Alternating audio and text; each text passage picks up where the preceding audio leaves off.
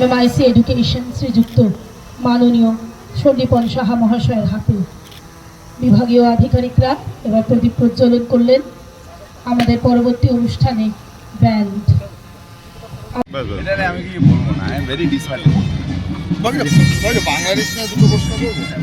মানে আজকেও আর কি অবসরপ্রাপ্ত মেজর এবং বিএনপির নেতা তিনি বলছেন আমরা ছাত্র সমাজকে অস্ত্র ট্রেনিং দিচ্ছি, ভারতের বিরুদ্ধে লড়াই ওদের সহজ হবে না। ভারতের মানে এরা আবারও উস্কানিমূলক এই ধরনের কথাবার্তা বলা হচ্ছে।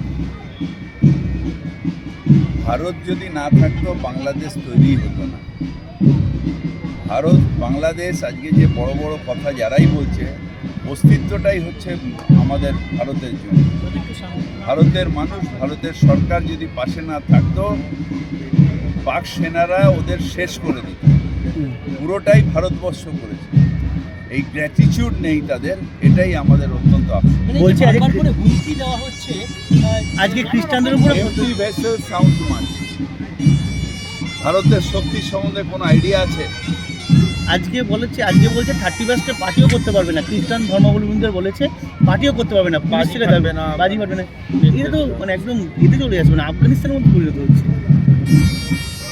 আমরা বাঙালিরা এবার বাংলারও পারে বাংলা কিসের জন্য বিখ্যাত? আমাদের সংস্কৃতি, আমাদের কৃষ্টি, আমাদের ভ্রাতৃত্ব, এটার জন্য আমরা বিখ্যাত।